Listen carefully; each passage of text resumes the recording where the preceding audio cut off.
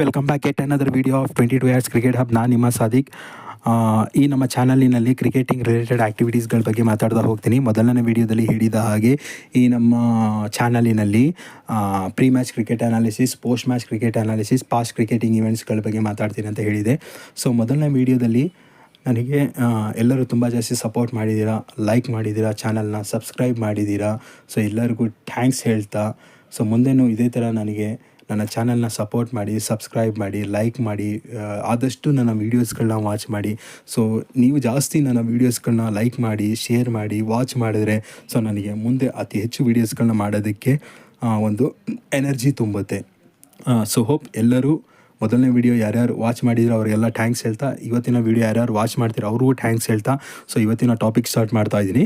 So ಇವತ್ತಿನ topic ಬಂದುಬಿಟ್ಟು past cricketing events. So past cricketing events ಅಂತ ಹೇಳ್ತಾ ಹೋದರೆ, ಸೊ 2004 ಒಂದು ಕ್ರಿಕೆಟ್ ಸೀರೀಸ್ ಆರ್ಗನೈಸ್ ಆಗುತ್ತೆ ಭಾರತ ಮತ್ತು ಪಾಕಿಸ್ತಾನ. ಇದು ಆಲ್ಮೋಸ್ಟ್ ಆಲ್ ಒಂದು 14 ಇಯರ್ಸ್ ಆದಮೇಲೆ ಇಂಡಿಯಾ ಮತ್ತು ಪಾಕಿಸ್ತಾನ ಒಂದು ಬೈಲ್ಯಾಟ್ರಲ್ ಸೀರೀಸ್ ಆಡ್ತಾ ಇರುತ್ತೆ. ಸೊ 14 ಇಯರ್ಸ್ ಆದಮೇಲೆ, ಯಾಕಂದರೆ ಸೊ ಭಾರತ ಮತ್ತು ಪಾಕಿಸ್ತಾನದ ನಡುವೆ ಟೆನ್ಷನ್ಸ್ಗಳಿರ್ತವೆ. ಆ ಟೆನ್ಷನ್ಸ್ಗಳಿಂದ ಬೈಲ್ಯಾಟ್ರಲ್ ಸೀರೀಸ್ಗಳು ಆರ್ಗನೈಸ್ ಆಗಿರಲ್ಲ. ಆಲ್ಮೋಸ್ಟ್ ಆಲ್ 14 ಇಯರ್ಸ್ ಆದಮೇಲೆ ಒಂದು ಸೀರೀಸ್ ಆರ್ಗನೈಸ್ ಆಗಿರುತ್ತೆ. ಈ ಸೀರೀಸ್ನ ಆರ್ಗನೈಸ್ ಮಾಡೋದು ಆಗಿನ ಪ್ರಧಾನಮಂತ್ರಿಗಳಾದ ಅಟಲ್ ಬಿಹಾರಿ ವಾಜಪೇಯಿ ಮತ್ತು ಪಾಕಿಸ್ತಾನದ ಪ್ರೆಸಿಡೆಂಟ್ ಪರ್ವೇಜ್ ಮುಷರಫ್ ಅವರು ಈ ಸೀರೀಸ್ನ ಆರ್ಗನೈಸ್ ಮಾಡ್ತಾರೆ. ಈ ಸೀರೀಸ್ನ ಆರ್ಗನೈಸ್ ಮಾಡೋ ಇಂಟೆನ್ಷನ್ ಏನಿರುತ್ತೆ ಅಂದರೆ, ಭಾರತ ಮತ್ತು ಪಾಕಿಸ್ತಾನದ ನಡುವೆ ಒಂದು ಒಳ್ಳೆ ರಿಲೇಷನ್ಶಿಪ್ನ ಬಿಲ್ಡ್ ಮಾಡೋದಕ್ಕೋಸ್ಕರ ಈ ಸೀರೀಸ್ನ ಆರ್ಗನೈಸ್ ಮಾಡಿರ್ತಾರೆ. ಸೊ ಎರಡು ನೇಷನ್ಸ್ಗೂ ತುಂಬ ಚೆನ್ನಾಗಿ ಗೊತ್ತಿದೆ, ಸೊ ಒಂದು ಒಳ್ಳೆ ರಿಲೇಷನ್ಶಿಪ್ನ ಮೈಂಟೈನ್ ಮಾಡಬೇಕಾದ್ರೆ ಸೊ ಕ್ರಿಕೆಟಿಂದನೇ ಸ್ಟಾರ್ಟ್ ಮಾಡಬೇಕಂತ. ಅದೇ ರೀತಿ ಕ್ರಿಕೆಟಿಂದನೇ ಸ್ಟಾರ್ಟ್ ಆಗುತ್ತೆ. ಒಂದು PCB ಮತ್ತು BCCI ಮಧ್ಯೆ ಒಂದು ಅಗ್ರಿಮೆಂಟ್ ಆಗಿರುತ್ತೆ. ಏನು ಅಗ್ರಿಮೆಂಟ್ ಆಗಿರುತ್ತೆ ಅಂದರೆ, ಒಂದು 10 ವರ್ಷದ ಅಗ್ರಿಮೆಂಟ್ ಆಗಿರುತ್ತೆ. ಈ ಅಗ್ರಿಮೆಂಟ್ ಪ್ರಕಾರ ಭಾರತ ಮತ್ತು ಪಾಕಿಸ್ತಾನ ಸೊ ಪ್ರತಿ ವರ್ಷ ಒಂದೊಂದು ಸೀರೀಸ್ನ ಆಡಬೇಕಂತ ಈ ಅಗ್ರಿಮೆಂಟ್ ಆಗಿರುತ್ತೆ. ಒಂದು ವರ್ಷ ಭಾರತದಲ್ಲಿ ಈ ಸೀರೀಸ್ ಆದರೆ, ಇನ್ನೊಂದು ವರ್ಷ ಪಾಕಿಸ್ತಾನದಲ್ಲಿ ಒಂದು ಸೀರೀಸ್ ಆಗಿರುತ್ತೆ. ಸೊ ಅದೇ ರೀತಿ ಮೊದಲನೇ ಸೀರೀಸು ಭಾರತ ಮತ್ತು ಪಾಕಿಸ್ತಾನ ನಡುವೆ 2004 ಈ ಅಗ್ರಿಮೆಂಟ್ ಪ್ರಕಾರ ಆಗಿರುತ್ತೆ. ಈ ಅಗ್ರಿಮೆಂಟ್ ಪ್ರಕಾರ ಭಾರತ ಮೊದಲನೇ ಪ್ರವಾಸ ಮಾಡ್ತಾರೆ ಪಾಕಿಸ್ತಾನಕ್ಕೆ. ಸೊ ಆ ಪ್ರವಾಸದಲ್ಲಿ ಭಾರತ 5 ಟೆಸ್ಟ್ ಮತ್ತು 3 ODIs ಮತ್ತು 3 ಟೆಸ್ಟ್ಗಳನ್ನ ಆಡ್ತಾರೆ. 5 ODIsನ ಸೀರೀಸು ಭಾರತ 3-2 ಗೆದ್ಕೊಂಡ್ರೆ, ಟೆಸ್ಟ್ ಸೀರೀಸ್ನ 2-1 ಗೆದ್ಕೊಳ್ತಾರೆ.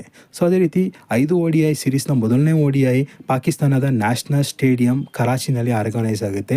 ಪಾಕಿಸ್ತಾನದ national stadium Karachi 30,000 sitting capacity ಇರೋದ್ರಿಂದ ಸೊ ಅವತ್ತಿನ ದಿನ ಸೊ ಕ್ರೌಡ್ ತುಂಬ ಜಾಸ್ತಿ ತುಂಬಿಕೊಂಡಿರ್ತಾರೆ.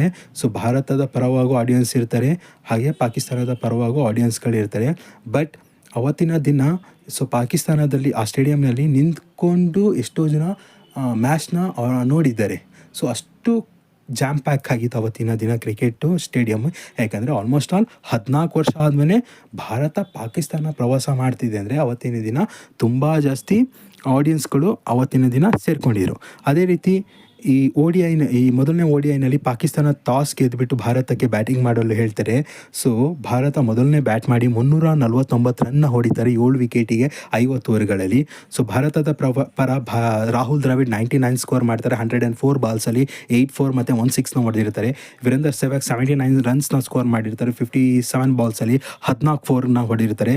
ಸೌರವ್ ಗಂಗೂಲಿ 45 ರನ್ಸ್ನ ಹೊಡೆದರೆ, ಮೊಹಮ್ಮದ್ ಕೈಫ್ 46 ರನ್ಸ್ನ ಹೊಡಿತಾರೆ. ಯುವರಾಜ್ ಸಿಂಗ್ 21 ರನ್ಸ್ನ ಹೊಡಿತಾರೆ.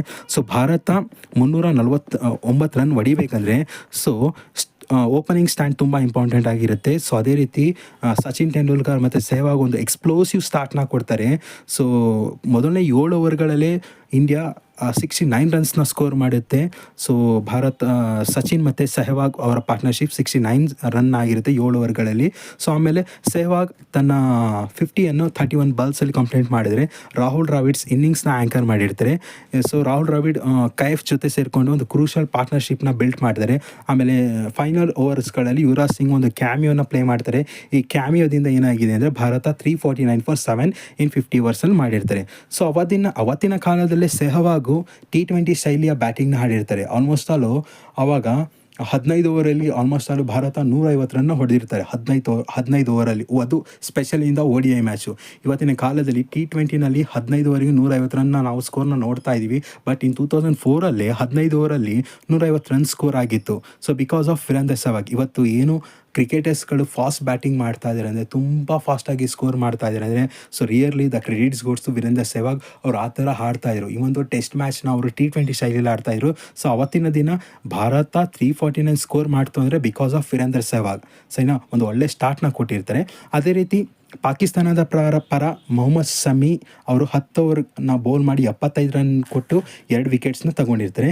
ಹಾಗೆ ಅಬ್ದುಲ್ ರಜಾಕ್ 9 ಓವರ್ನ ಬೌಲ್ ಮಾಡಿ 74 ರನ್ನ ಕೊಟ್ಟು 1 ವಿಕೆಟ್ನ ತಗೊಳ್ತಾರೆ. ಅದೇ ರೀತಿ ಶುಐಬ್ ಅಖ್ತರ್ 9 ಓವರ್ನ ಬೌಲ್ ಮಾಡಿ 72 ರನ್ನನ್ನು ಕೊಟ್ಟು 1 ವಿಕೆಟ್ನ ತಗೊಳ್ತಾರೆ. ಸೊ 350 ರನ್ಸ್ನ ಬೆನ್ನತ್ತಿದ ಪಾಕಿಸ್ತಾನ 344 ರನ್ಸ್ 8 ವಿಕೆಟ್ಸ್ನ ಕಳಿಸ್ಕೊಳ್ತಾರೆ 50 ಓವರ್ಗಳಲ್ಲಿ. ಸೊ ಪಾಕಿಸ್ತಾನದ ಪರ ಆರಂಭದಲ್ಲಿ ಅಷ್ಟೊಂದು ಒಳ್ಳೆ ಸ್ಟಾರ್ಟ್ ಸಿಕ್ಕಿರಲ್ಲ ಅವರಿಗೆ. ತೌಫಿಕ್ ಉಮರ್ ಮತ್ತು ಇಮ್ರಾನ್ ಫರ್ಹತ್ ಅವರು ಬ್ಯಾಟಿಂಗ್ ಮಾಡೋದಕ್ಕೆ ಬರ್ತಾರೆ, ಮತ್ತು ಸ್ಲೋ ಸ್ಟಾರ್ಟ್ನ ಕೊಡ್ತಾರೆ. ಆಮೇಲೆ ಇಬ್ಬರು ಔಟ್ ಆಗ್ತಾರೆ. ಆಮೇಲೆ ಯಾಸಿರ್ ಹಮೀದ್ ಮತ್ತು ಇಂಜಮಾಮ್ ಮುಲಕ್ ಅವರ ಒಂದು ಕ್ರೂಷಲ್ ಪಾರ್ಟ್ನರ್ಶಿಪ್ ಬರುತ್ತೆ. 135 ರನ್ಸ್ನ ಕ್ರೂಷಲ್ ಪಾರ್ಟ್ನರ್ಶಿಪ್ ಬರುತ್ತೆ. ಆಲ್ಮೋಸ್ಟ್ ಆಲ್ ಇಂಜಮಾಮ್ ಒಂದು ಮ್ಯಾಚ್ ವಿನಿಂಗ್ ನಾಕ್ನ ಆಡ್ತಾಯಿದ್ರು. ಸ್ಪಿನ್ನರ್ಸ್ ಮತ್ತು ಪೇಸರ್ಸ್ಗಳಿಗೆ ಒಳ್ಳೆ ಬ್ಯಾಟಿಂಗ್ ಮಾಡ್ತಾಯಿದ್ರು. ಜೊತೆಲಿ ಮಿಡಲ್ ಓವರ್ಸಲ್ಲಿ ಯೂಸಫ್ ಯಹಾನ ಪಾಕಿಸ್ತಾನನ ಈ ಚೇಸ್ನಲ್ಲಿ ಅಲೈವ್ ಆಗಿ ಇಟ್ಕೊಂಡಿರ್ತಾರೆ. ಬಟ್ ಪಾಕಿಸ್ತಾನ ಈ ಮ್ಯಾಚ್ನ 5 ರನ್ನಿಂದ ಸೋಲುತ್ತೆ. ಬಟ್ ಇಂಟ್ರೆಸ್ಟಿಂಗ್ ಫ್ಯಾಕ್ಟ್ ಏನಂದರೆ, ಸೊ ಆಲ್ಮೋಸ್ಟ್ ಆಲ್ ಪಾಕಿಸ್ತಾನ ಈ ಮ್ಯಾಚ್ನ ಚೇಸ್ ಮಾಡೋ ಹಂತದಲ್ಲಿರ್ತಾರೆ. ಕೊನೆಯ 5 ಓವರ್ಗಳಲ್ಲಿ 50 ರನ್ನ ಸ್ಕೋರ್ ಮಾಡಬೇಕಾಗಿರುತ್ತೆ. ಸೊ ಆ ಟೈಮಲ್ಲಿ ಸೊ ಎರಡು ಕಡೆ 50% ಚಾನ್ಸಸ್ ಇರುತ್ತೆ ಮ್ಯಾಚ್ನ. ಸೊ ಇದು ಕಡೆ ಪಾಕಿಸ್ತಾನನೂ ಗೆಲ್ಲೋ ಸಿಚುವೇಷನಲ್ಲಿ ಇರ್ತಾರೆ, ಮತ್ತು ಇಂಡಿಯಾನು ಗೆಲ್ಲೋ ಸಿಚುವೇಷನಲ್ಲಿ ಇರ್ತಾರೆ ಲಾಸ್ಟ್ 5 ಓವರ್ಸಲ್ಲಿ. ಬಟ್ ಲಾಸ್ಟ್ 5 ಓವರ್ಸಲ್ಲಿ ಸೊ ಇಂಡಿಯಾ ಒಳ್ಳೆ ಚೆನ್ನಾಗಿ ಬೌಲಿಂಗ್ ಮಾಡಿರ್ತಾರೆ. ಸೊ ಕೊನೆಯ ಓವರ್ ಬರುತ್ತೆ. ಕೊನೆಯ ಓವರ್ನಲ್ಲಿ 10 ರನ್ನ ಹೊಡಿಬೇಕಾಗಿರುತ್ತೆ. ಆಶೀಶ್ ನೆಹ್ರಾ ಕೈಲಿ ಬಾಲ್ ಇರುತ್ತೆ. ಸೊ ಆಲ್ಮೋಸ್ಟ್ ಆಲಲ್ಲಿ ಮೊಯಿನ್ ಖಾನ್ ಮತ್ತು ಅಬ್ದುಲ್ ರಜಾಕ್ ಅವರು ಬ್ಯಾಟಿಂಗ್ ಮಾಡ್ತಾ ಇರ್ತಾರೆ. ಸೊ ಲಾಸ್ಟ್ ಓವರ್ ಬೌಲ್ ಮಾಡಿದಂತಹ ಆಶೀಶ್ ನೆಹ್ರಾ ಕೇವಲ 5 ರನ್ ಕೊಟ್ಟು ಭಾರತವನ್ನು ವಿನ್ ಮಾಡ್ತಾರೆ. ಸೊ ಪಾಕಿಸ್ತಾನ 344 ರನ್ನ ಹೊಡಿತಾರೆ 8 ವಿಕೆಟಿಗೆ. ಇಂಜಮಾಮ್ ಮುಲಕ್ ಆಲ್ಮೋಸ್ಟ್ ಆಲ್ 122 ರನ್ಸ್ನ ಹೊಡಿತಾರೆ 102 ಬಾಲ್ಸಲ್ಲಿ. 12 ಫೋರ್ಸ್ ಮತ್ತು 2 ಸಿಕ್ಸಸ್ ಹೊಡೆದರೆ, ಜೊತೆಗೆ ಅವರಿಗೆ ಸಪೋರ್ಟ್ ಯಾಸಿರ್ ಹಮೀದ್ ಅವರು 54 ರನ್ನ ಹೊಡಿತಾರೆ 88 ಬಾಲಲ್ಲಿ. ಯೂಸಫ್ ಯುಹಾನ 73 ರನ್ನ ಹೊಡಿತಾರೆ 64 ಬಾಲಲ್ಲಿ. ಅಬ್ದುಲ್ ರಜಾಕ್ 27 ರನ್ನ ಹೊಡಿತಾರೆ 16 ಬಾಲಲ್ಲಿ. ಸೊ ಮೊಯಿನ್ ಖಾನ್ 24 ರನ್ನ ಹೊಡಿತಾರೆ 12 ಬಾಲಲ್ಲಿ. ಸೊ ಅದೇ ರೀತಿ ಭಾರತದ ಪರ ಆಶೀಶ್ ನೆಹ್ರಾ 10 ಓವರ್ಗಳಲ್ಲಿ 73 ರನ್ ನೀಡಿ 1 ವಿಕೆಟ್ನ ತಗೊಂಡಿರ್ತಾರೆ. ಲಕ್ಷ್ಮೀಪತಿ ಬಾಲಾಜಿ 10 ಓವರ್ನ ಬೌಲ್ ಮಾಡಿ 71 ರನ್ ಕೊಟ್ಟು 2 ವಿಕೆಟ್ನ ತಗೊಳ್ತಾರೆ. ಜಹೀರ್ ಖಾನ್ 10 ಓವರ್ ಬೌಲ್ ಮಾಡಿ 67 ರನ್ ಕೊಟ್ಟು 1 ವಿಕೆಟ್ನ ತಗೊಂಡಿರ್ತಾರೆ. ಸೊ ಫೈನಲ್ ಓವರ್ ಡ್ರಾಮಾ ಈ ಪಂದ್ಯದಲ್ಲಿ ಏನಾಯಿತು ಅಂದರೆ, ಪಾಕಿಸ್ತಾನಕ್ಕೆ 9 ರನ್ನ ಅವಶ್ಯಕತೆ ಇರುತ್ತೆ. ಆಶೀಶ್ ನೆಹ್ರಾ ಬೌಲ್ ಮಾಡೋದಕ್ಕೆ ಬರ್ತಾರೆ. ರಜಾಕ್ ಕಾಟ್ ಆಗ್ತಾರೆ. ಮೊಯಿನ್ ಖಾನ್ ಒಂದು 4ನ ಹಿಟ್ ಮಾಡ್ತಾರೆ. ಆಮೇಲೆ ರನ್ಔಟ್ ಹಾಕ್ತಾರೆ. ಪಾಕಿಸ್ತಾನ 5 ರನ್ನಿಂದ ಈ ಮ್ಯಾಚ್ನ ಸೋಲುತ್ತೆ. ಈ ಮ್ಯಾಚ್ನ ರೆಕಾರ್ಡ್ಸ್ ಹೇಳಬೇಕಂದ್ರೆ, ಆವಾಗಿನ ಕಾಲದಲ್ಲಿ 693 ರನ್ಸ್ ಅಗ್ರಿಗೇಟ್ ಆಗಿರುತ್ತೆ ODI ಹಿಸ್ಟ್ರಿನಲ್ಲಿ. ಆವಾಗಿನ ಟೈಮಲ್ಲಿ ಸೆಹ್ವಾಗ್ ಅವರು ಒಂದು ಎಕ್ಸ್ಪ್ಲೋಸಿವ್ ಸ್ಟಾರ್ಟ್ನ ಕೊಟ್ಟಿರ್ತಾರೆ. ದ್ರಾವಿಡ್ ಅವರು ಒಂದು ಇನ್ನಿಂಗ್ಸ್ನ ಆ್ಯಂಕರ್ ಮಾಡಿರ್ತಾರೆ. ಇಂಜಮಾಮ್ ಮುಲಕ್ ಬ್ರಿಲಿಯಂಟ್ ಸೆಕೆಂಡ್ ಇನ್ನಿಂಗ್ಸ್ ಬ್ಯಾಟಿಂಗ್ನ ಮಾಡಿರ್ತಾರೆ. ಸೊ ಒಟ್ಟಿನಲ್ಲಿ ಈ ಒಂದು ODI ಒಂದು ಥ್ರಿಲ್ಲಿಂಗ್ ODI ಆಗಿರುತ್ತೆ.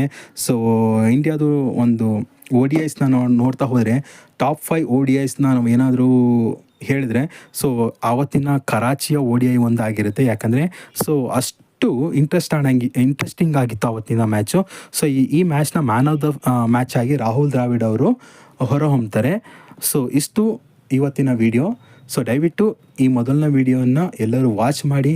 ಸೊ ಈ ಸೀರೀಸ್ನ ಎರಡನೇ ಮ್ಯಾಚ್ನ ಎರಡನೇ ವಿಡಿಯೋ ನೆಕ್ಸ್ಟು ಇನ್ನೆರಡು ದಿನದಲ್ಲಿ ಬರಲಿದೆ. ಸೊ ದಯವಿಟ್ಟು ಆದಷ್ಟು ಶೇರ್ ಮಾಡಿ, ಸಬ್ಸ್ಕ್ರೈಬ್ ಮಾಡಿ, ಲೈಕ್ ಮಾಡಿ. ಚಾನಲಿನಲ್ಲಿ ಕ್ರಿಕೆಟಿಂಗ್ ರಿಲೇಟೆಡ್ ಆಕ್ಟಿವಿಟೀಸ್ಗಳ ಬಗ್ಗೆ ಮಾತಾಡ್ತಾ ಹೋಗ್ತೀನಿ. ಮೊದಲನೇ ವಿಡಿಯೋದಲ್ಲಿ